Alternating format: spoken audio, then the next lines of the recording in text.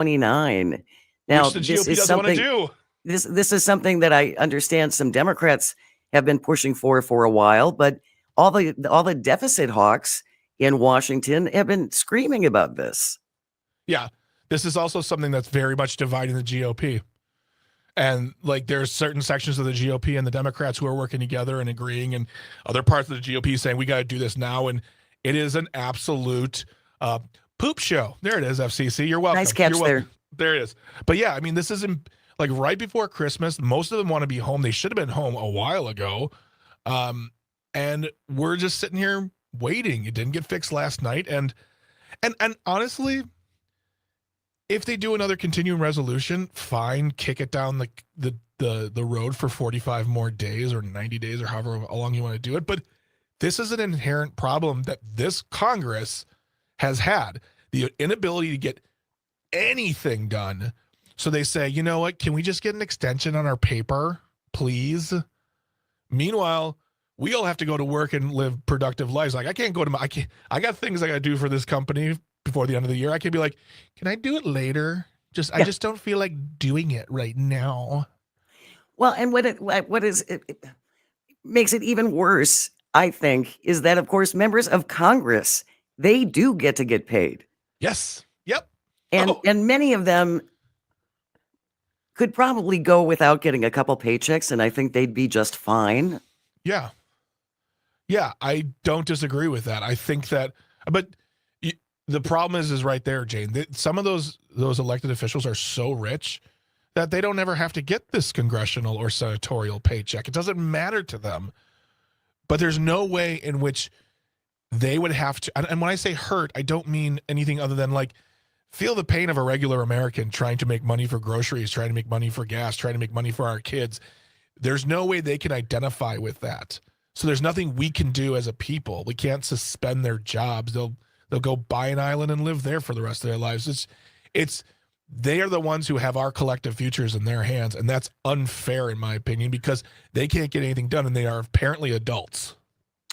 Well, again, we talked about this most of last year, that they are the least effective Congress in probably history. They are great at accomplishing nothing. And what was in this bipartisan deal included lots of money for relief money for Western North Carolina, which is still reeling from that hurricane. Mm-hmm. And there was also a big chunk of money for pediatric pediatric cancer research. Yep. And so they pulled that out too. It's immensely frustrating. We'll keep an eye on it and see if Mike Johnson actually manages somehow to cobble a deal together. We will find out over the next couple of hours. And keep his job. He's out. Dude, Marjorie Taylor Greene wants Elon Musk to be Speaker of the House. Several people want Elon Musk, to be. I know. It's amazing. All right. News is coming up next. And then when we return, we're going to talk tariffs with James Vanderloo. Stay with us. You are listening to Matenaer On Air on the Civic Media Radio Network.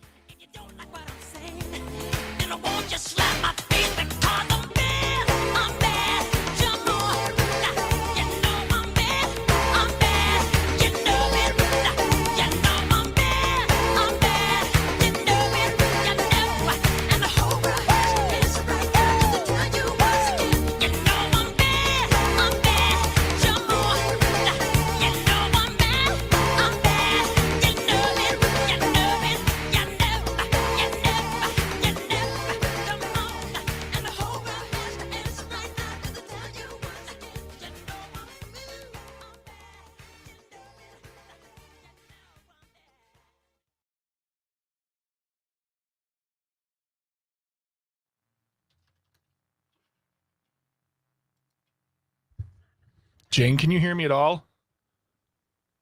Unmute your mic. Unmute your mic. How about now?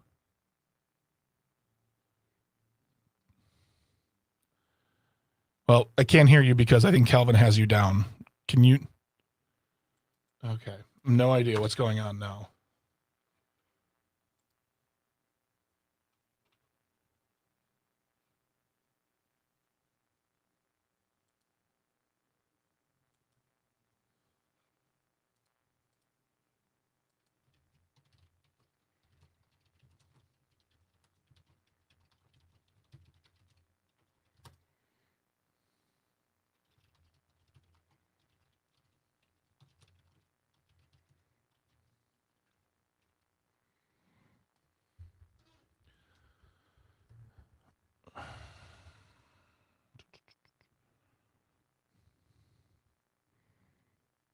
Calvin, can you hear me? And Jane, you can hear me? Okay, why can't I hear Jane then?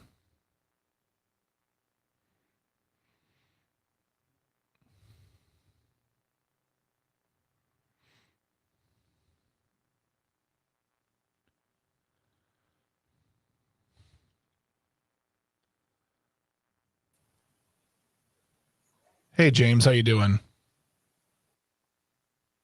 Oh, can't hear me either. Hello? Hey, James, how you doing? Greg, I'm doing well. How about yourself? Doing well. We're working with a little bit of technical difficulty on, but we can hear you, so that's good. Just want to remind you to make sure all windows that might have notifications are closed out or muted. Okay. And then Yes. when we're done with the interview, just stick around for like a minute or so. Let the audio and visual upload to the website. Cool. I just got out of my Teams and my email, so we shouldn't be, and I checked my phone, so we shouldn't be hit that way. Great. Awesome. We're coming back in a little less than 3 minutes, and Okay. yeah, we'll be back. And you're not going to hear anything until you hear the music to the intro, but you're good to go. Perfect. Thanks so much. Thanks.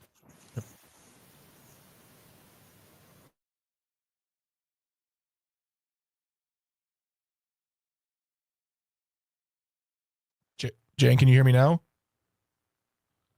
Okay, but now I can't hear Jane, which is weird.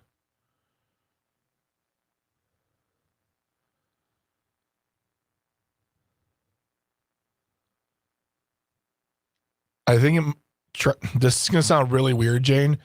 Try wiggling the cable in like the microphone itself.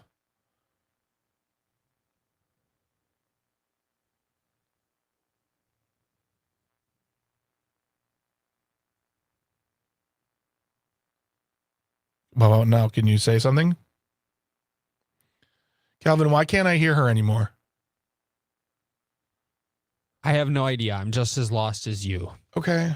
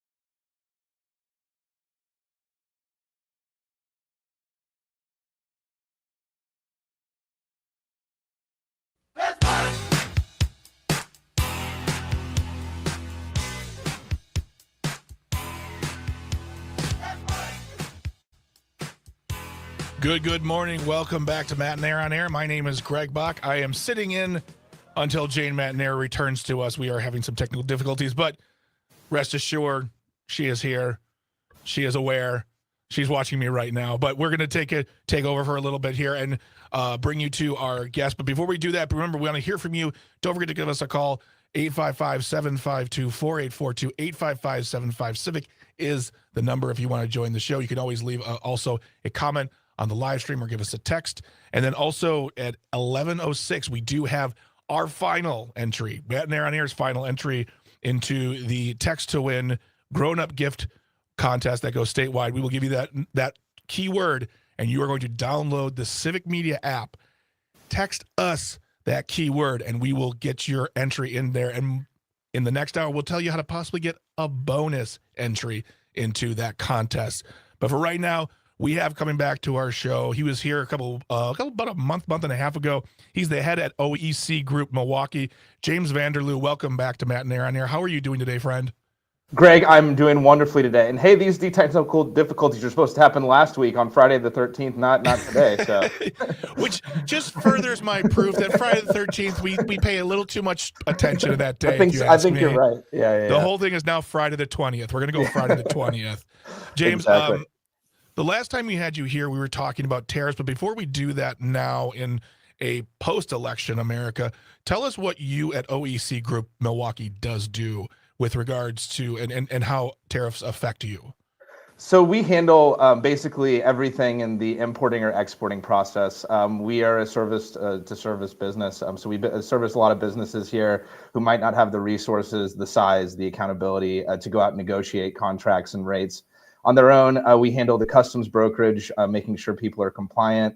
So really everything that is involved in either the importing or the exporting process, OEC has a hand in. And whereas tariffs affect us is where it affects obviously a lot of our clients. And it's about educating our clients for things, helping them get ahead of these kinds of things before the costs hit, and just kind of strategizing to find the best ways, help with alternate sources, different things like that. So it's definitely something that we're looking at every single day. And to be frank, we've been preparing for this since the first Trump administration, and so now we're a little bit more experienced, and we're definitely using that to our advantage to help people out. Well, I want to actually keep a question going into the past as well, which is during the first Trump administration, there were the tariffs that started a trade. They called it a trade war. I feel like I'm not educated enough to call it a trade war, but there was definite panic. There was tariffs being risen, and they haven't gone down in the Biden administration. Were you surprised by that back then, or were you expecting such a reaction to the higher tariffs? You're right. I kind of prefer the term trade battle royale right now because it's a little less dire. But Yeah. No, to be frank, we knew that there would be some type of tariffs, regardless of who won, and it really specifically towards China. There seems to be some bipartisan support against some of their unfair trade practices and things like that. However, I think what you're seeing now is what we talked about a little bit when I came on last time, is what you're seeing is sort of that initial uncertainty and that sort of panic in the market right now, because a lot of people are, trying to get ahead of this. They don't really know quite exactly what's going to happen, and that's causing an uptick in both imports coming in right now, and also kind of fears of what's going to happen. I think what a lot of people were surprised by was with the recent suggestion that there was going to be a 25% tariff on Mexico and a 25% tariff on Canada. And I think that's really kind of what's gotten people a little bit more up in arms than maybe the China. We were expecting it probably from China regardless, but some of these new tariffs and who knows what else is to come. We still hear 10% from around the world. We're hearing other tariffs from other places. So yeah, definitely a lot of small businesses and different kind of businesses are definitely kind of clamoring right now to find out what's going on.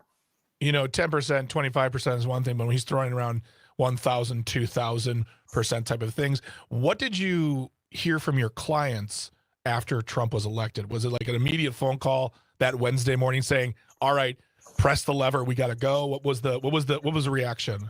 So, well, that was the thing, is there's been a lot of people that had been moving their production or moving their manufacturing from China to Mexico, and they've been in the process of doing that over the last few years. And now they're going, well, what do I do now? Now that there's this new tariff coming up here, especially if you're in the automotive industry, especially if you're kind of, in those kind of industries, you're definitely kind of going to be scrambling a little bit more. So yeah, it was a lot of calls, a lot of, hey, what should we do? Do you know of any other, do you know of alternate sources in India? Do you know of alternate sources in Thailand, Vietnam, those kind of places? And it's just people just looking for some stability and some clarification on what exactly is going to happen. Businesses don't like uncertainty, and that's been the main driver of the last couple months of just people not really knowing what's about to happen. Well, businesses don't like uncertainty. I feel like what happened, and this is my opinion, I'm not expecting you to agree or disagree, James, but I feel like we voted in the most unstable version of like there's no stability in his actions, and that is bad for business. And when I'm sure the business has thought, okay, well, let's get out of China, let's go to Mexico, let's go to India, what you were just saying. But he's now throwing them at all these different countries, including China. Why do you think he wants to all of a sudden impose tariffs on a country he would like to make apparently the 51st state? Well, yeah, for Canada, it's it's definitely an interesting one. What I think that really is you got to look at it two different ways. With China, he wants manufacturing to completely shift from that. With Canada and Mexico, it's a little bit different because the U.S. MCA, which is some people call NAFTA 2, is up for negotiation during his second term, so it's up in a couple of years. So I think he's pushing that forward, asking that to be negotiated. Additionally, I've been reading in the news that basically the Trudeau administration doesn't seem to be like it's going to be there for too much longer. So you have a new party in power of that negotiating that kind of thing. But I think to be honest, I think it's really just trying to push that deadline up a little bit and get that renegotiated. Additionally, he's tying that to the flow of fentanyl and in the case of Mexico, migration. So those two things are being tied into it, which is definitely complicates the matter. But it also kind of, for his policy administration, it kind of is a two birds with one stone kind of approach. If you're just tuning in, we're talking to James Vanderloo, who is the head at OEC Group Milwaukee, and we're talking about tariffs and they're being imposed upon businesses. And now with the new incoming Trump administration coming back, the new tariffs he has threatened to impose of various degrees at various countries. One of the other things that you just mentioned, he's using immigration and fentanyl too. Businesses don't want to be, and please correct me if I'm wrong, these businesses that you work with don't, while they're trying to get their things done, want to have a conversation about fentanyl and immigration. They want to just make sure their businesses are stable using these tariffs with such I don't know how to say it properly, like a social thing of immigration and drugs. That doesn't help their situation either. Am I correct or no? They just want to, if they have to move, they have to move. Their businesses are complicated enough. They've got enough problems. And just even transporting from Mexico is a bit of a hassle with obviously cartels and different things like that. Mm-hmm. It's definitely something that is being put upon them versus them like being a part of the conversation or anything like that. What I like to even point out even more is what this particularly affects is small businesses. They just don't have the resources. It's harder for them to pass on these costs to their customers to stay competitive against big box stores. And so, I think that's something that doesn't get really talked about a lot is like the plight of the small businessman, which, they've got enough things going on. They're going to have increased costs. They're always the last ones to try to be able to pass on prices, and they have a little less resilient supply chains because think about it. If you've been working with a factory in China, or you've been working with someone for, years, you've been building up this company as a family company, and you're kind of like at maybe the twilight of your career, and all of a sudden you have to find somewhere else to go, and all of a sudden you have to make a new friend in a completely different part of the world. It's a lot harder for those small businesses to be able to make those adjustments and then not have to suffer a huge brunt of the tariff and the increased costs that go along with the increased demand that's coming right now. Additionally, we're looking at we could be looking at a potential port strike on the East Coast. And, that could be something that also affects all of this and drives up the demand and cost even more. So, and it sounds like what you're saying to me, especially with the small business aspect, because we always hear politicians talk about how much the small businesses are the backbone of our country, which I don't disagree with, but these tariffs could actually crush small businesses. And in turn, like what kind of price hikes would consumers see coming off of that as well for those small businesses trying to survive those tariffs? And it really depends on the industry. And so like like I said, if you're looking at automotive or electronics or various things like that, so what they basically think is that the China itself with just the tariffs, assuming there's no retaliatory action, that's an extra $1,000 for every man, woman, and child in terms of the cost of living. And if you look at it, if you add that onto the Mexico, Canada, and again, this is assuming no retaliatory tariffs, that's an additional $1,500 per man, woman, and child in the United States. So you're nearing 3,000, and you're actually already seeing some retaliatory things come from Mexico, Canada. They've made it, without going into too much detail, because I know that'll bore some of your listeners, but Mexico is also making it more difficult to manufacture and then re-export up here, and they're making it.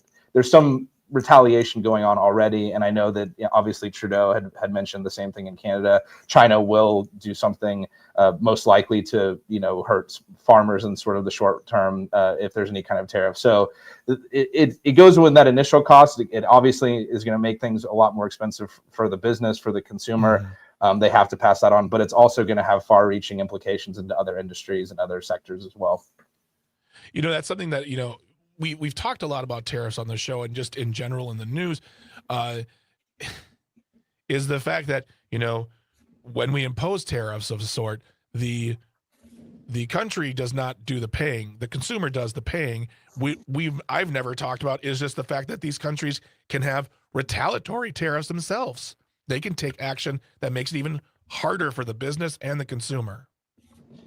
Yes, that's definitely what you're going to see kind of coming up here. We think about it as just the Trump tariffs or things like that, but we don't really talk a lot about what the other countries are able to do. And I think ultimately there's going to be a lot of discussions about all of this. It's going to take a long time to do it. Really, the problem is that a lot of we've done the punitive part. We've established the tariffs, but I don't really hear the plan to reestablish the infrastructure, reestablish the industrial footprint to sort of counterbalance that and to make that happen. Is the tariff money going to go to incentivize manufacturers here to produce more? How does that all work out? We don't have a blueprint. We don't have a game plan to do this. So again, I know by their own admission, the Trump administration has said, basically short-term pains for long-term gains, but not really explained how that's, how long is the short-term pain and what is the long-term gain at the end of the day. Well, if you listen to someone like Elon Musk, who apparently is the shadow chief of staff or whatever you want to call him at this point, just, Donald's best friend, he has said that we have to adjust ourselves for, I think about 2 years of pain. Oh. And then it'll be glorious. It'll be glorious. And don't worry about boring us, James. We love hearing you talk about this stuff. Truly, that's why we had you on the show. And I want to talk more about that plan from your point of view. We're going to take a quick commercial break. But when we come back, I want to talk more about that plan in a perfect world where there would be a plan using those tariffs to bring manufacturing back to America. What does that take? And how much harder is it than we think? Because we just think, bring it all back. It's here. That's not what it is. There's much more that goes into it. But we're going to keep the conversation going with James Vanderloo. He is the head at OEC Group of Milwaukee. He's joining us for the rest of the half hour. Don't go anywhere. You are listening to Matenaer On Air on the Civic Media Radio Network.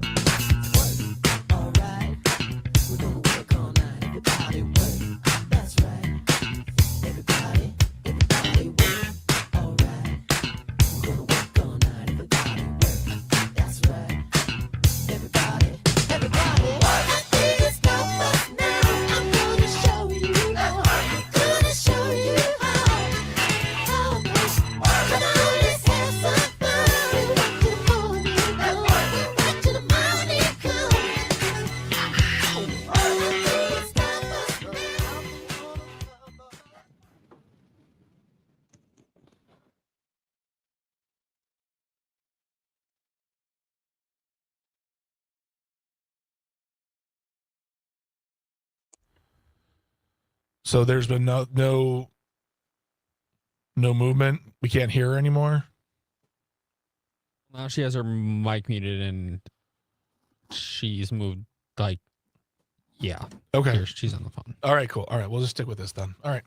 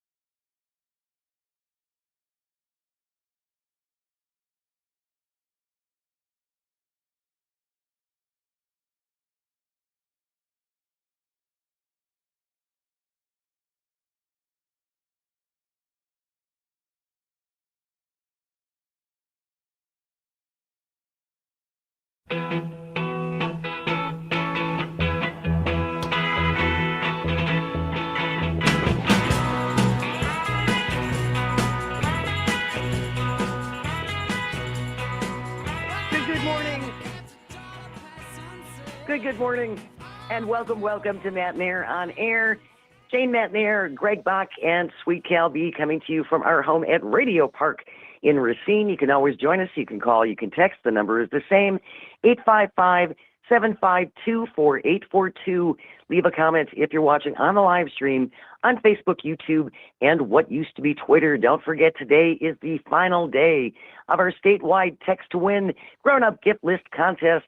After the 11 o'clock news, we will have the keyword for you to text in via the Civic Media app, playing next hour either for an overnight stay at Chula Vista Resort in Wisconsin Dells or $100 in cash.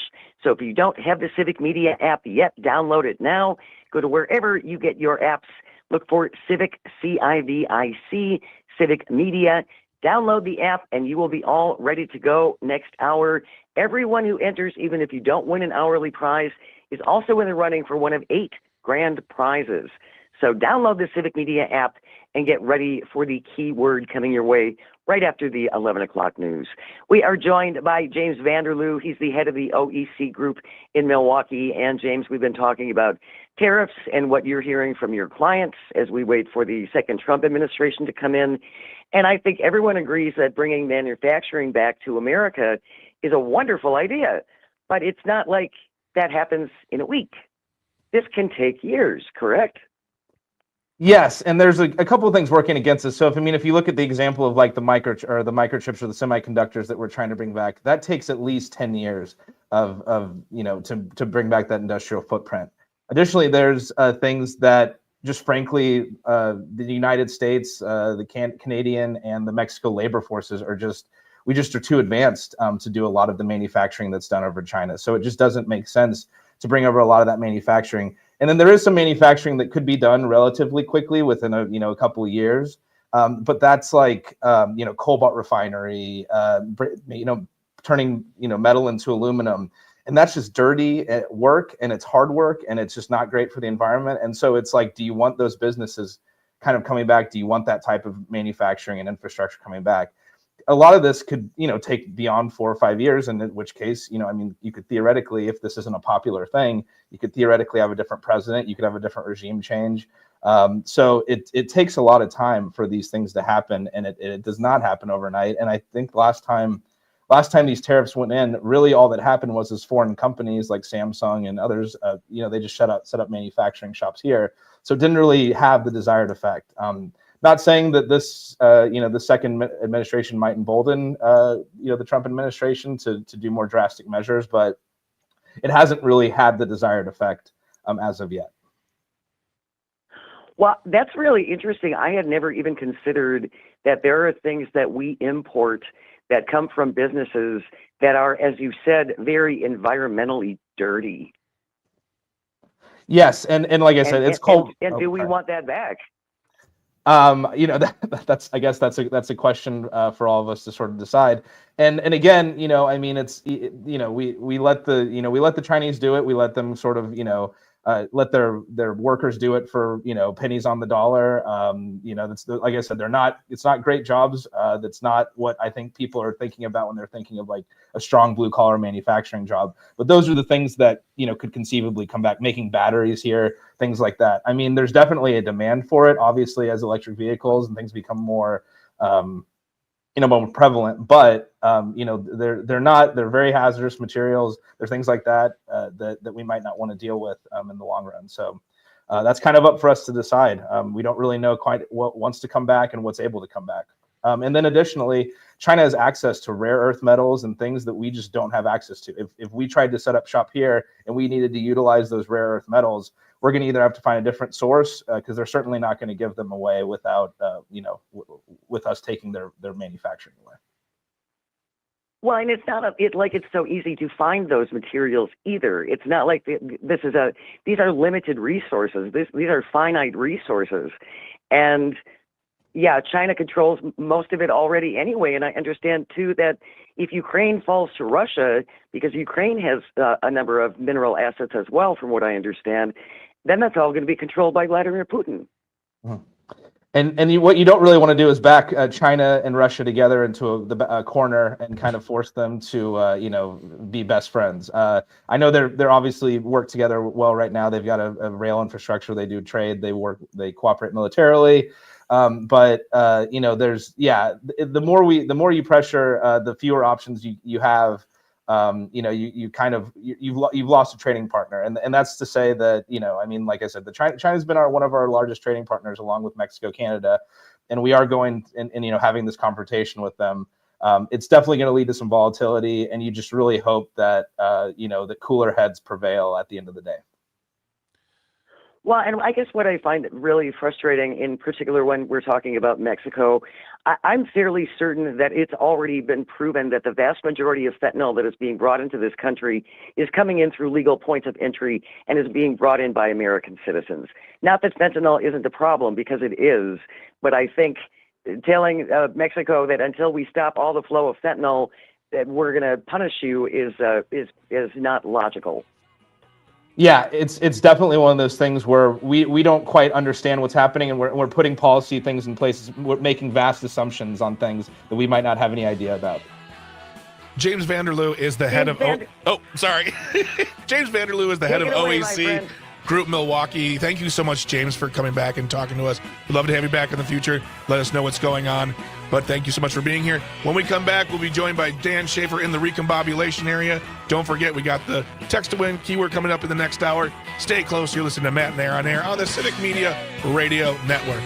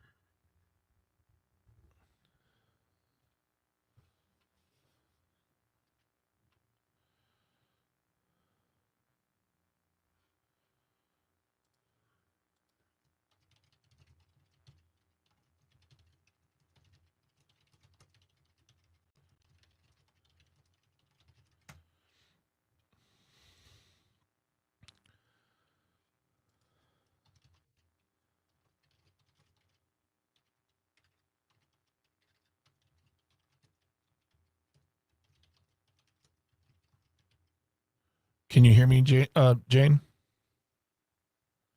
You can hear. Okay.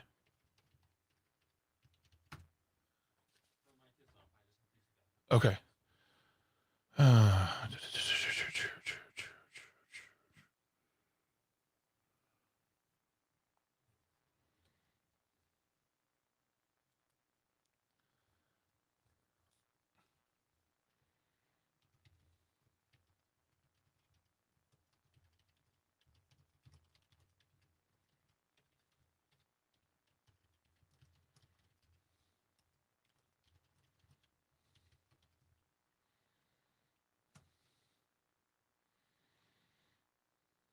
Dan, can you hear me?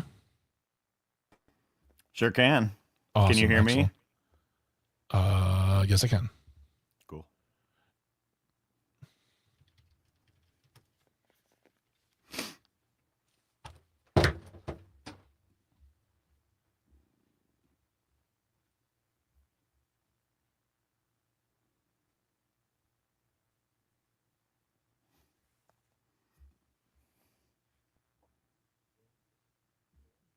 Jane? Okay. All right. Now, How about- if I do this, if I go back on the phone, we'll be fine. How about now?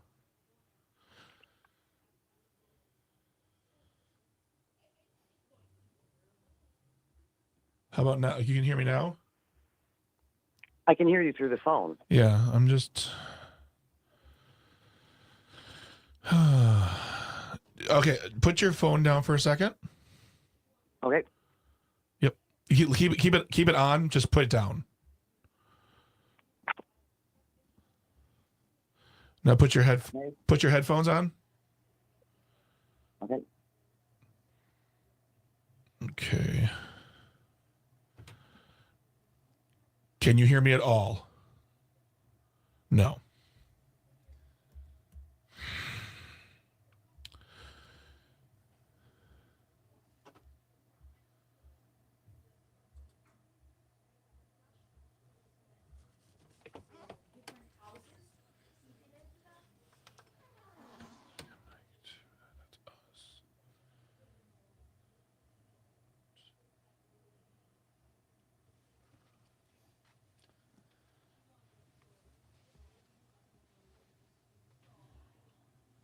Okay.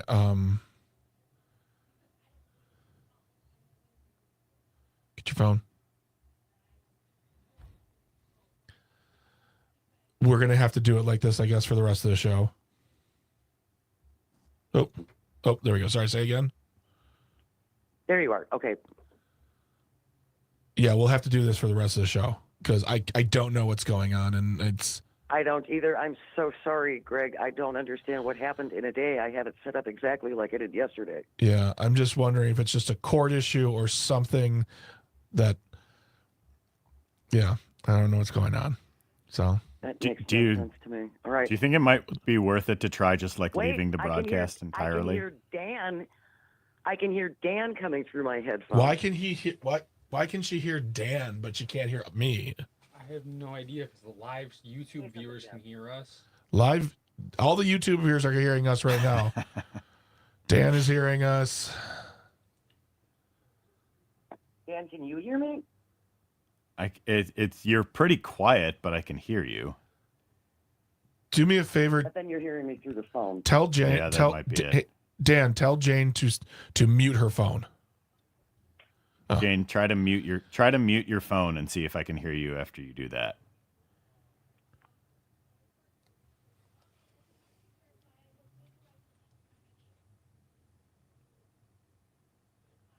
Can't hear No. you at all now. No. All right.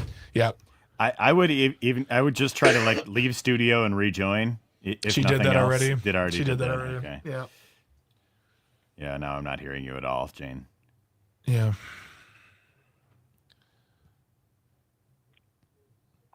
All right, we'll just do the phone. Do you have earbuds at all, Jane? No. Okay. All right. So, all right. The phone it shall be. Sorry about this, guys. No problem. We come back in 90 seconds.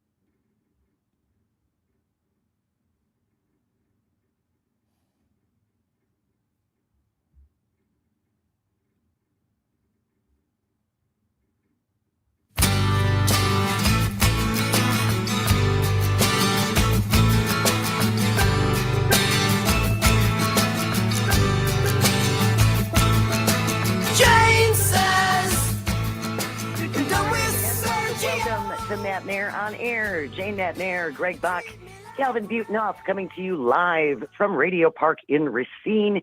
You can always join us, call or text or leave a comment if you're watching on the live stream on Facebook, YouTube, and the platform that the guy who is apparently running our government owns that used to be Twitter. It is time. It is time. It is the final day of our statewide Text to Win grown-up gift list contest. So go get your phone, open the Civic Media app. This is the word you want to text this hour for $100 in cash. The word is cookies. COOKIES. Sure, they give us a long word on the last day. The word is cookies. They gave COOKIES. Cookies is the word for today. Text in cookies until noon, and you are in the running for $100 in cash. And then, of course, one of 8 grand prizes, including a snowblower. We have espresso machines, some nice luggage sets, and robotic vacuums. So text the word cookies, COOKIES. This hour we are playing for $100 in cash. He joins us every Friday from the Recombobulation area, and also Civic Media's political editor Dan Shafer is here. Good morning, sir. How are you? Good morning. I'm doing well. Always wonderful to join you here on a Friday on Matenaer On Air. You've got some big stories on the Recombobulation, Dan.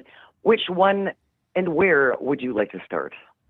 Yeah, sure. We have had a bit busy week at the Recombobulation area. We'll start with a piece that's been in the works for a little while here, from a longtime contributor, award-winning contributor Phil Rocco, who wrote a terrific piece this week about shared revenue, about what was happening in Waukesha County. So Phil wrote last year when the shared revenue law was being debated.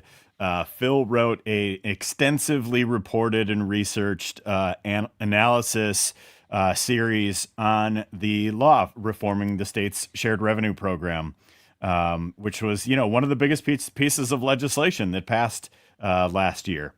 And it was, just very much long overdue. The state had been underfunding local government for really a long time, and it really got especially worse, under Republican control during the Walker years, during the Robin Voss years in Wisconsin.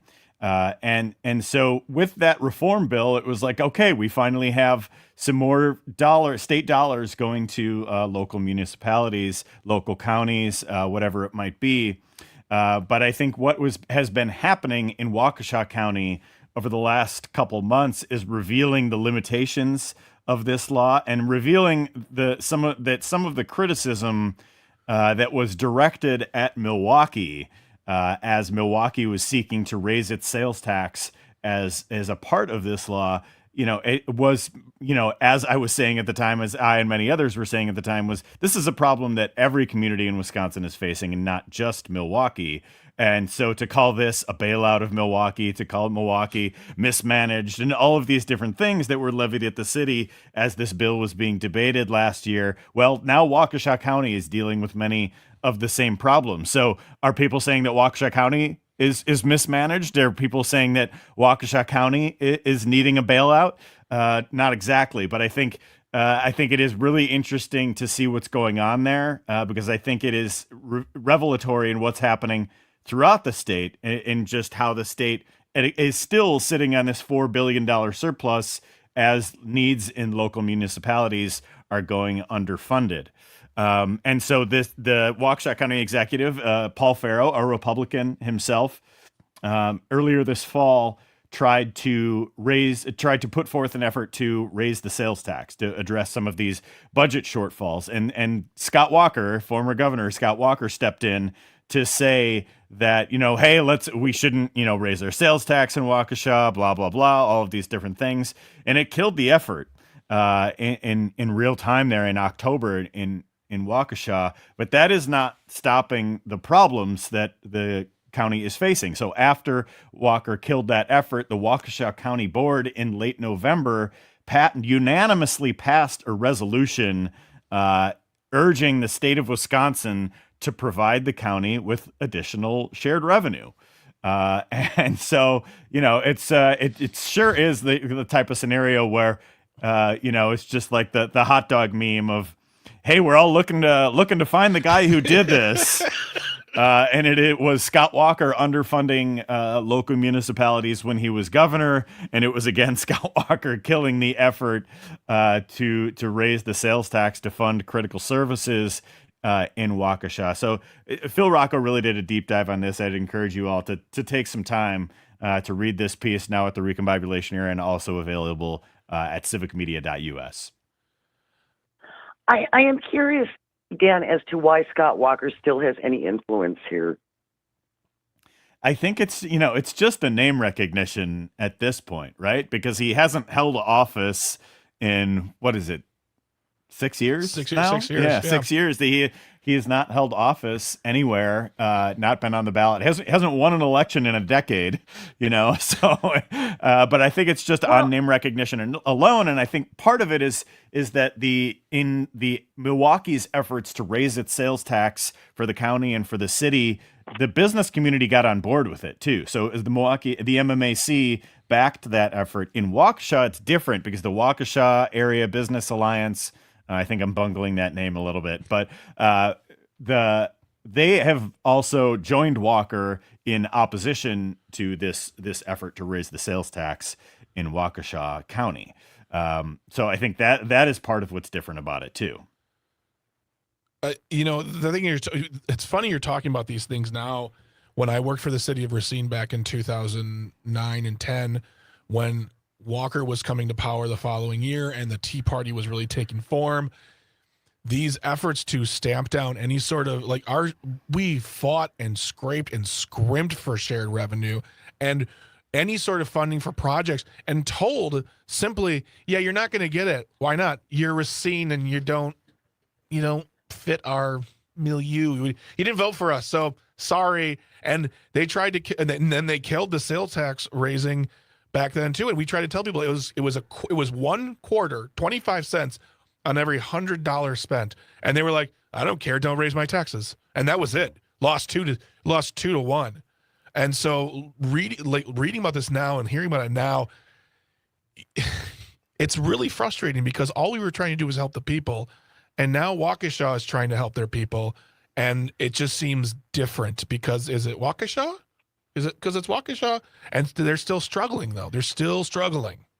And Waukesha is the wealthiest county in the state. And so the people of Really? Waukesha have the funds to pay for, is the highest average or median income in the state of Wisconsin is in Waukesha County. So they're, the people of Waukesha County have some money that you could potentially tax here. But I think the part of what Phil Rocco gets into in this piece is that the problem with the shared revenue bill that was passed last year was not the formula used to kind of change the way tax dollars are allocated to local communities. That was one of the strong parts of the bill.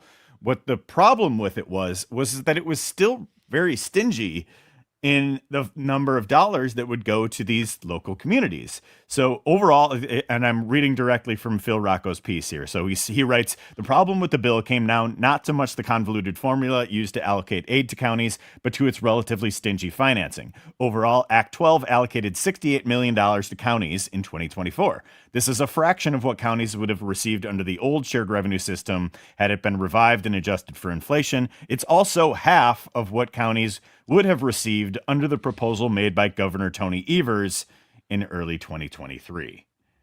So this is part of it too. So Evers put out this proposal for shared revenue. It brought so many more dollars to local counties, local municipalities than the Republican authored bill that was ultimately passed. And I think a lot of people, myself included, were saying, yes, we should pass this shared revenue bill, but to live to fight another day because we are going to fall off the cliff in cities like Milwaukee and around the state if we don't get some level of shared revenue back to local government. What I think the crisis that they're seeing in Waukesha County is revealing is that if we would have gone with the Evers proposal last year, that would have made a huge difference, and that many of these counties would not be looking to go to sales tax, or as we saw in the November election, so many places going to referenda to fund services, fund schools, whatever it might be. And so it again is showing that the problem, as it so often does in the state of Wisconsin, goes back to Robin Voss and the leadership in the Republican-controlled state legislature. It's all about Robin.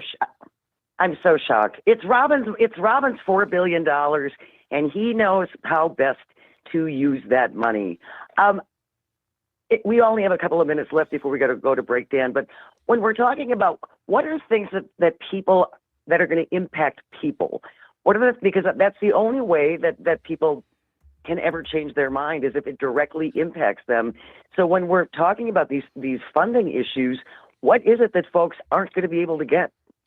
Well, this will go. So there are a number of services that counties are like mandated to carry out. And these are things like the courts and things like that, it's just where the counties are like an arm of the state, right?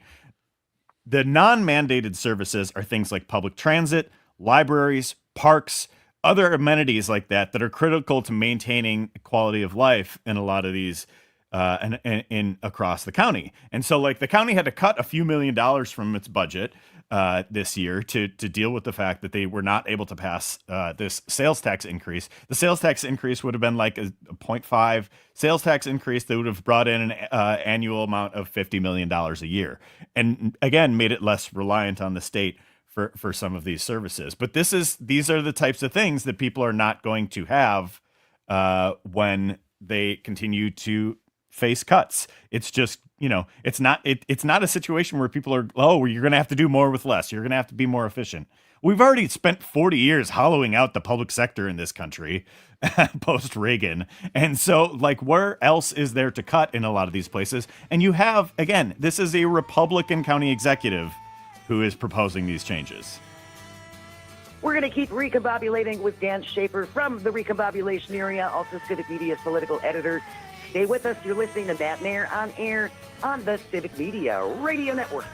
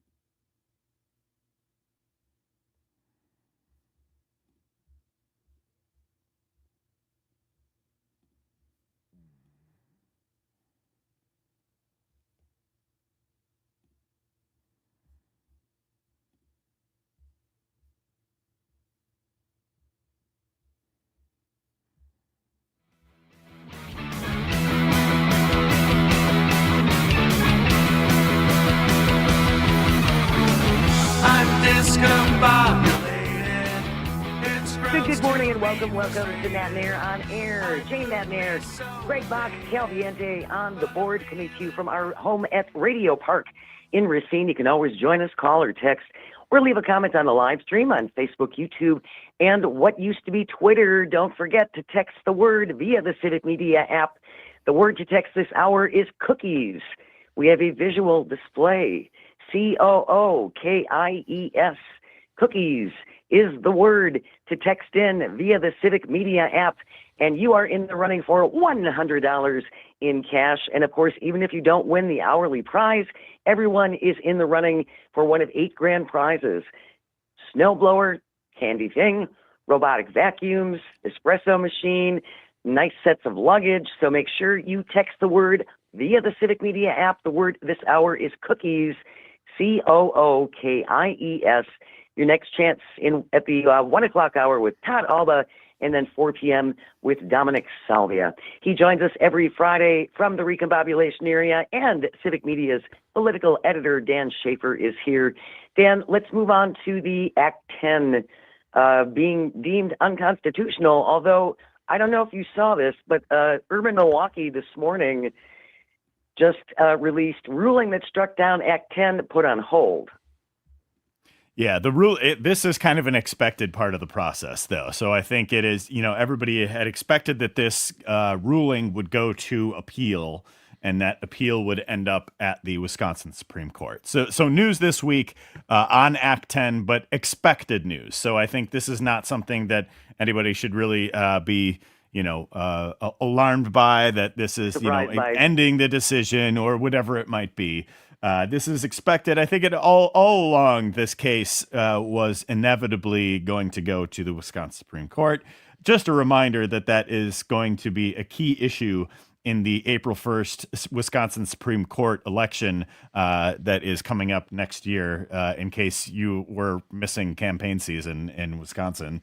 I really wasn't. I wasn't.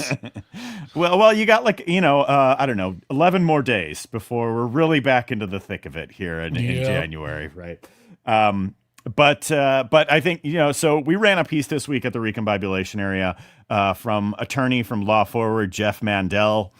So really breaking down what the ruling on Act 10 means. And, there have been a variety of challenges to Act 10 over the years on the open meetings law, on a variety of different fronts. But I think what this challenge what is different about this challenge, and what I think brings it a greater likelihood of being upheld by the courts as it winds its way through the process, is that it challenges things in a different way, and it challenges what I think is really one of the inherent problems of Act 10, which is that it treats 2 categories of public employees differently under the law and under the Equal Protection Clause of the Wisconsin State Constitution. That is what ultimately was ruled unconstitutional by Dane County Judge Frost. So the key issue there is that it created 2 public employees in 2 groups: public safety employees who largely retained their bargaining rights and other benefits, and those who were deemed more general employees who lost those rights and lost some of those benefits. And from talking to Jeff about this piece, from reading his analysis that we published this week at the Recombobulation area, I think this stands a better chance of being upheld than many previous challenges did, because of the inherent conflict there. So as this goes forward, I think that's something to watch. And I think that is one of the key problems. If conservatives and Republicans who back this law really back the changes, really back the way that this public policy is applied, then it should be applied to all public employees, and not just the ones who did not endorse Scott Walker in 2010, because that is really the dividing line of what was deemed a public safety employee and who was deemed a general public sector employee. Well, and the one thing that the Republicans like to tout about Act 10 was that it saved us billions and billions and billions of dollars. And I have yet to see any piece that shows where those savings, where did it go? And that's part of the problem. One of the things is that they tout these savings, and it's always they reference these far right think tank groups like the McIver Institute who just pluck these dollars out of nowhere.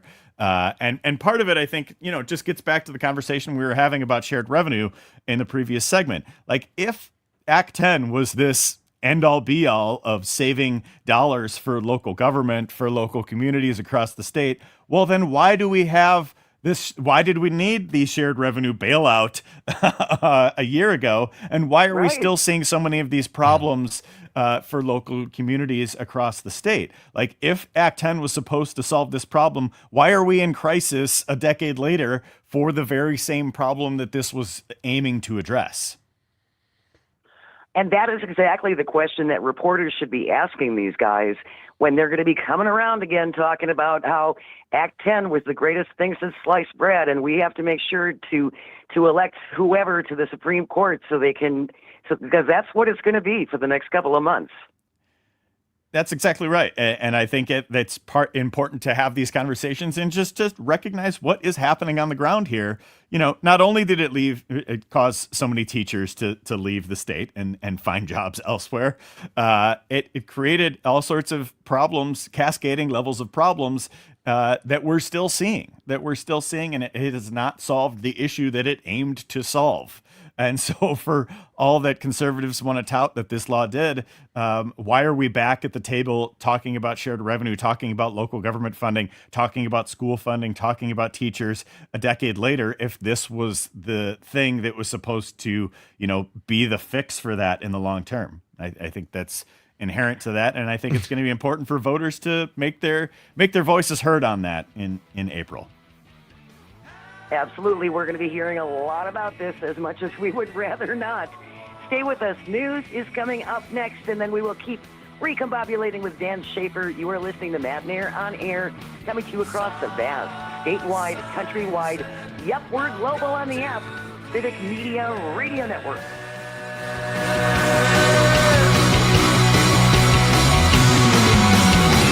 Hoping for a relaxing weekend.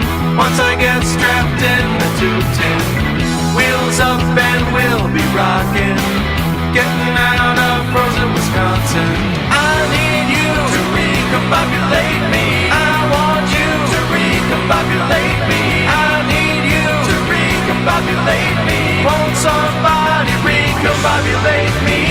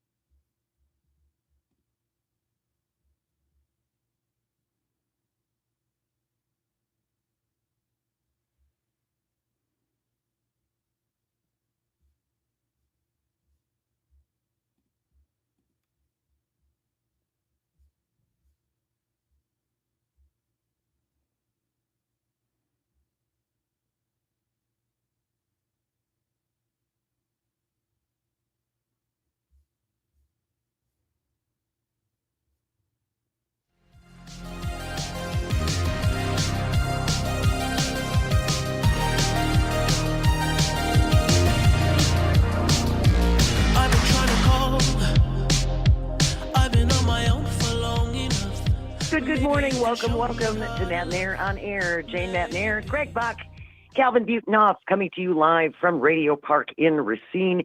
You can always join us, call or text. The number is the same, or leave a comment if you're watching on the live stream on Facebook, YouTube, and what used to be Twitter. It is the final day of our statewide Text to Win grown-up gift list contest. The word to text this hour via the Civic Media app is cookies. COOKIES. The word this hour is cookies. We're playing for $100 in cash.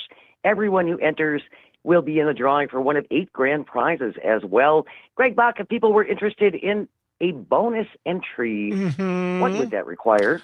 Oh, it's very, very, very simple. If you have never entered the contest yet, this time around, you're going to enter now. You're going to download that Civic Media app, text the word cookies to us, and then Civic Media will then give you a response message, and it will ask if you will please sign up for the newsletter. Follow Matenaer On Air on Facebook. Follow Civic Media on social media, which is a hard sentence to say, but basically give you a task. If you take that task, you will get another entry this one time, but that gives you another chance.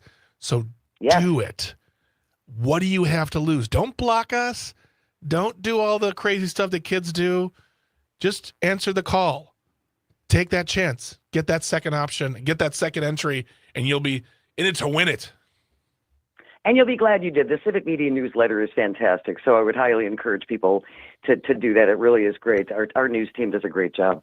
Dan Shafer is here from the Recombobulation area, and we're going to lighten things up a little bit. We're only 5 days away from Christmas. Kind of hard to believe. As a dad, Dan, are you dad ready? Is everything done? Are all the toys purchased? Oh, no, absolutely not. No? We're in pretty good shape, but we got a little ways to go. It's always a lot this time of year. But the girls are very excited, and they're at just the perfect age to be enjoying Christmas. And have they seen Santa? Yes. Well, yes. We went to took my youngest to the Domes last week. They had a Domes Santa event there. She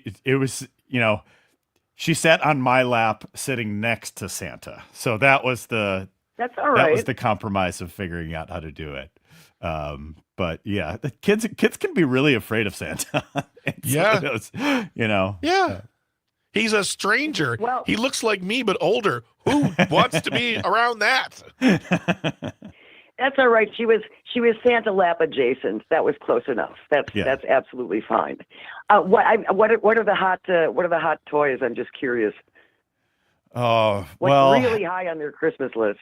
Yeah. So, I have successfully brainwashed my daughters into being Bucks fans. So they have asked for, we were doing letters to Santa, and the first thing on my oldest's Christmas list was Bucks tickets. And I was just like, we did it. We did it. We have successfully brainwashed the kids into being Bucks fans, or at least I have.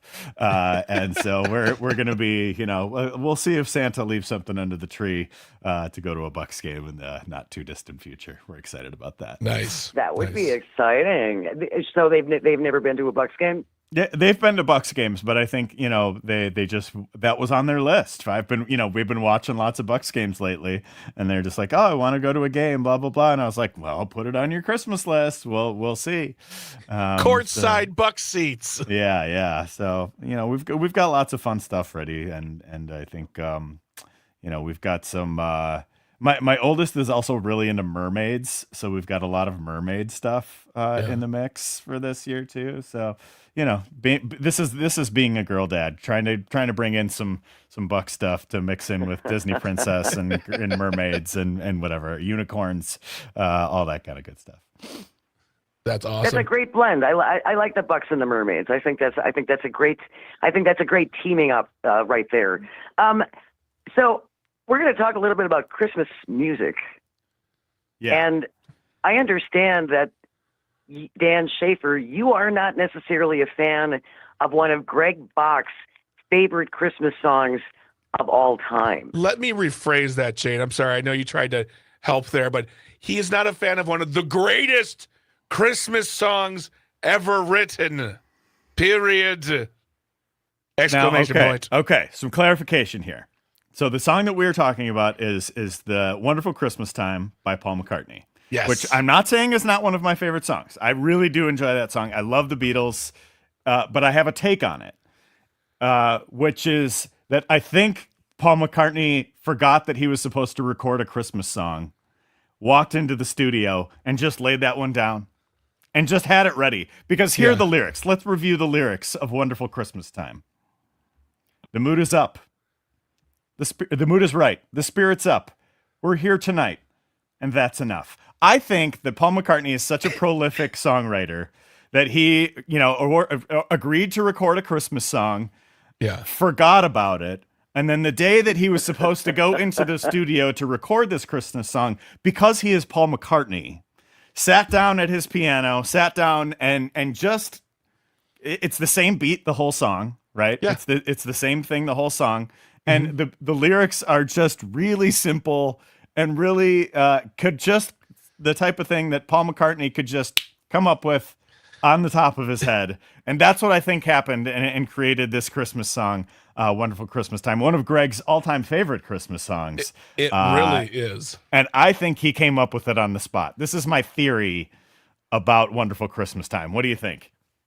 Well, there are some theories Go on, Jane. I could absolutely go along with that, Dan. I can see him going, oh, Linda, what am I gonna?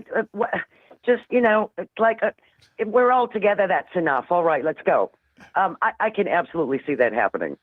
Jane, I know you have a better Liverpool accent than that. Okay, all right. But so I want to hear it again once we're maybe off the phone. there are theories that Paul McCartney stopped writing real lyrics somewhere in like 1971. Because and also, can we ever accuse Paul McCartney of writing lyrics with great meaning, deep subtext? They've really run along the same. It's like peace and love. I love you. We're together. You're amazing. Love, love, Christmas time, love. And that's it. That's it. But I just just looking at the lyrics of the song, there's a big part of the bridge where he just goes ding dong, ding dong for like a minute and a half and see, of this song. That's where I've always thought was when I was younger, I always thought that was such a call in, like, oh, you can't even come up with lyrics. I feel like you have to be such a confident songwriter to put that in there, or ooh ah, or doot doot doot. You were spending money burning tape to record a song, and you're like, no, we're putting ding dong in there because I'm Paul McCartney and you are not. And it'll sell. Yeah. And it has. And it has. And it's an enduring Christmas song that I enjoy every time it comes on. I'm not a huge fan of all Christmas music, but I enjoy this one. But every time I listen to it, I think about Paul McCartney going in and forgetting that he was supposed to record a Christmas song and just sitting down at a piano and coming up with this on the spot. And I would love, there's all of these like Beatles documentaries and retrospectives and stuff like that goes on. I would love a documentary about the recording of Wonderful Christmas Time because I think he just did it all on the spot. This is my theory. Dan, I think you and I could produce this documentary. And as far as Christmas songs go, Wonderful Christmas Time is actually pretty long. It's over, I want to say it's over 3.5 minutes long. That's long for a Christmas song. Well, he had to say ding dong, ding dong, ding dong for a minute and a half in the middle of it. Over and over, yeah, exactly. Yeah, it's got to be longer. Let's make it longer, add more ding dongs. Greg, is there a Christmas song that you do not like? Not really, because I kind of like, it's Christmas music. So if I don't like it, I turn it off. I'm not going to pay it that much mind. Now, Pat Kreitlow hates that song. He hates Wonderful Christmas Time. So I torture him with that song as many times as I can. But no, there's really not a song, because I still to this day, All I Want for Christmas Was You by Mariah Carey. I can hear that song 10 times a day during the season. I'm on it. I'm with it. I'm here for it. I just, there's no reason to dislike Christmas music. If you don't like it, turn it off. But I don't see the point of complaint. Like, I can't believe they're playing Christmas on the radio. I'm like, I would just switch to another channel then. It's very easy. And since you bring that up, I just want to mention this before we forget. On Christmas Day, actually on Christmas Eve, Yeah. next Tuesday, from 4 to 6 p.m., our wonderful Pete Schwaba, who is the host of Nightlight, is going to have a special Christmas Eve show from 4 to 6, and then that is going to kick off to all Christmas music all across the Civic Media radio network, Yes. starting at 6 p.m. on Christmas Eve and then all day on Christmas Day. So if you're going to be snuggling by the fire, opening up presents, I hope you will invite Civic Media along and listen to our Christmas music that's going to be going on all day long for everybody. And if you are listening to Civic Media and you're like, where's the talk? Don't text us. It's just Christmas music all day. I can't wait to see the text coming in like, why am I not hearing Earl Ingram or why am I not hearing Jane Matenaer? It's like, it's Christmas, baby. Taking a day off. It's Christmas Day, exactly. So enjoy some nice Christmas tunes starting again 6 p.m. on Christmas Eve and then all through Christmas Day. This will be across the Civic Media Radio Network. Cookies, by the way. Yeah. I want to get this in one more time. Cookies is the word that you need to text right now via the Civic Media app, COOKIES. Text the word cookies via the Civic Media app if you haven't already done so. Then you're in the running for $100 in cash. It's all part of our statewide Text to Win grown-up gift list contest. Even if you don't win the $100, everyone who enters is in the running for one of 8 grand prizes, including a snowblower, would have been handy for some folks last night, robot vacuums, and some nice luggage as well. So text the word cookies, COOKIES. About 3 minutes left. Favorite Christmas cookies. Because we're going to do our cookie exchange, guys, next week. Yep, next Tuesday. Calvin, the pressure's on your mother.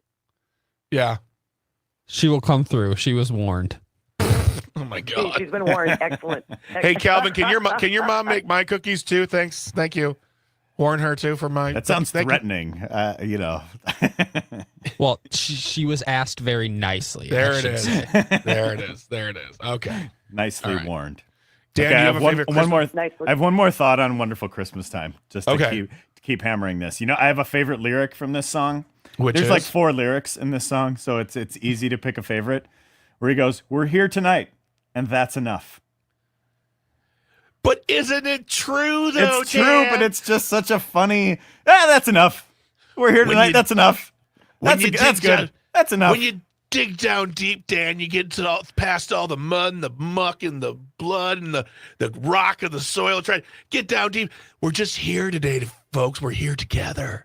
That's all we need. He's not wrong. He's not Yeah. wrong. This is the brilliance of Paul He McCartney, is that not he wrong. can have a lyric that says, "We're here tonight, and that's enough," and it's profound. You know. Well, but who knows, Dan? Maybe this was his profound commentary on the over-commercialization of Christmas, and therefore saying, we don't need prezzies, we don't need presents. We're here tonight. That's enough. Wow. We don't need this stuff. I'm Jane trying to did help it. you out, Paul Jane McCartney. found the subtext. Jane found the subtext in a Paul McCartney song, post 71. Well, we're here together on Matenaer On Air, and that's enough. There you go. That's enough. Merry Christmas. Dan, you're going to be filling in for us on the 26th. 26. That's right. It's gonna All be right, fun. so join Dan Shafer next Thursday, and have a great holiday, Dan. Thank you so very much. We will see you soon. You as well. Be well. Stay close. We're going to wrap it up with This Shouldn't Be a Thing, Ho Ho No edition. You're listening to Matenaer On Air. This is the Civic Media Radio Network.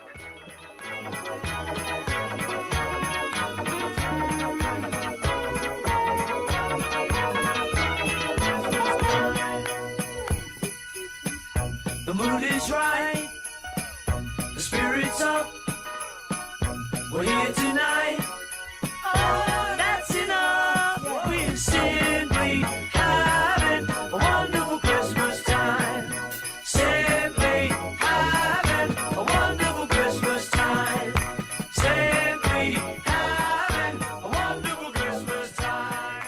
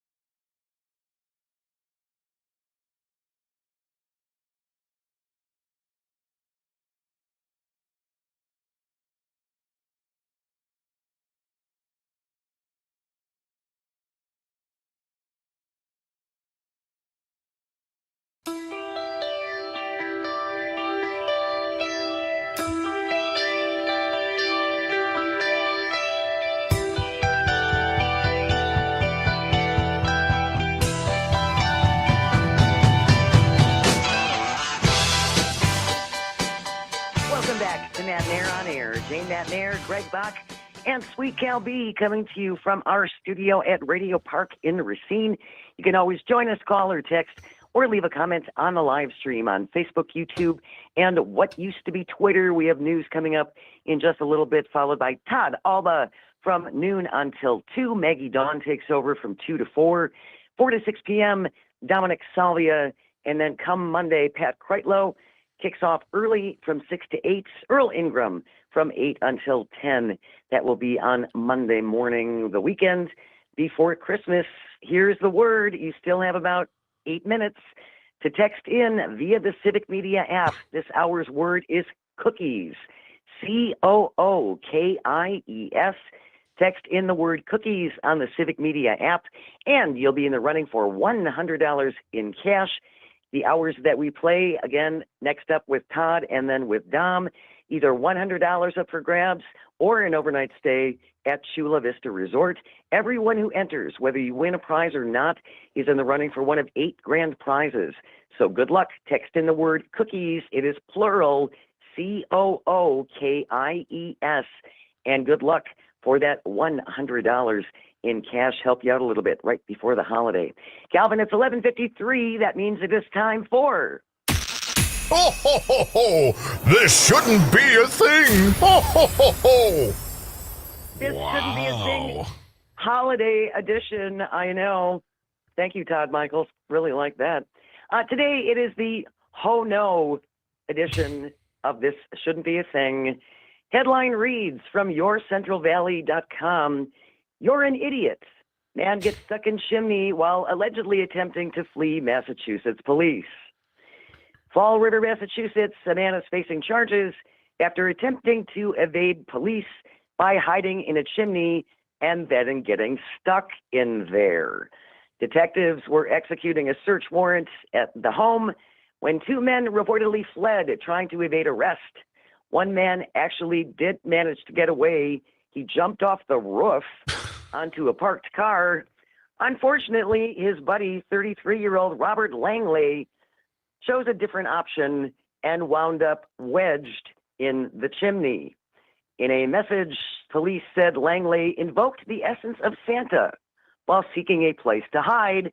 Unfortunately, he quickly got stuck there and then had to ask for help from the very police he was fleeing from because he was trapped in the chimney. Oh my God. I was like, you're an idiot. Yes, one of the officers immediately said to the suspect, "You are an idiot." It was on his body cam. They actually had to break the chimney apart in order to get him out of it. Oh, do you think that So let that just be a remainder that Santa is magical, and that's why Santa can go down chimneys.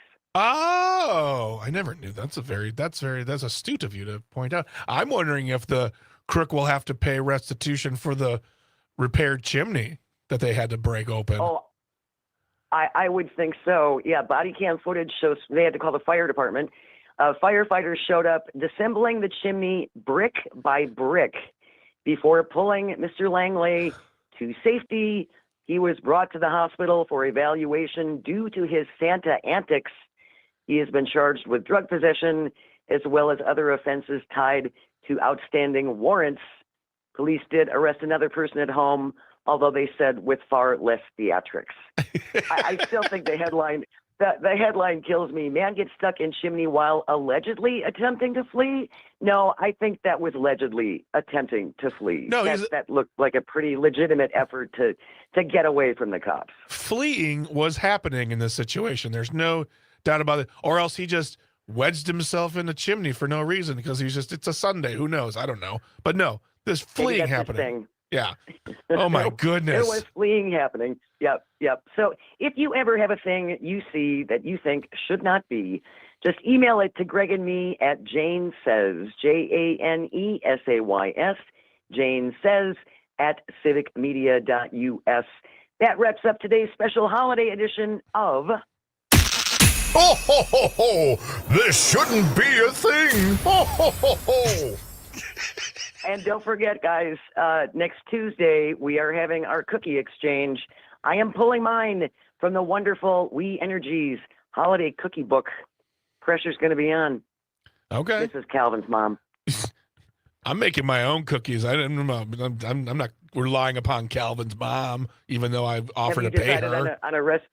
Have you decided on a recipe? I've narrowed it down to 500 or 700 different options that the internet has for me. You'll be surprised. You got 4 whole days. You got 4 whole days. It's going to be great. Yep. Thank you, Greg and Calvin and all of our engineers. Without you, nothing works. And thank you most of all for calling and for texting and for listening. It absolutely means the world. I hope you find some joy over the weekend and you have the chance to share it. Keep it right here. News coming up next. This is the Civic Media Radio Network. We'll see you on Monday.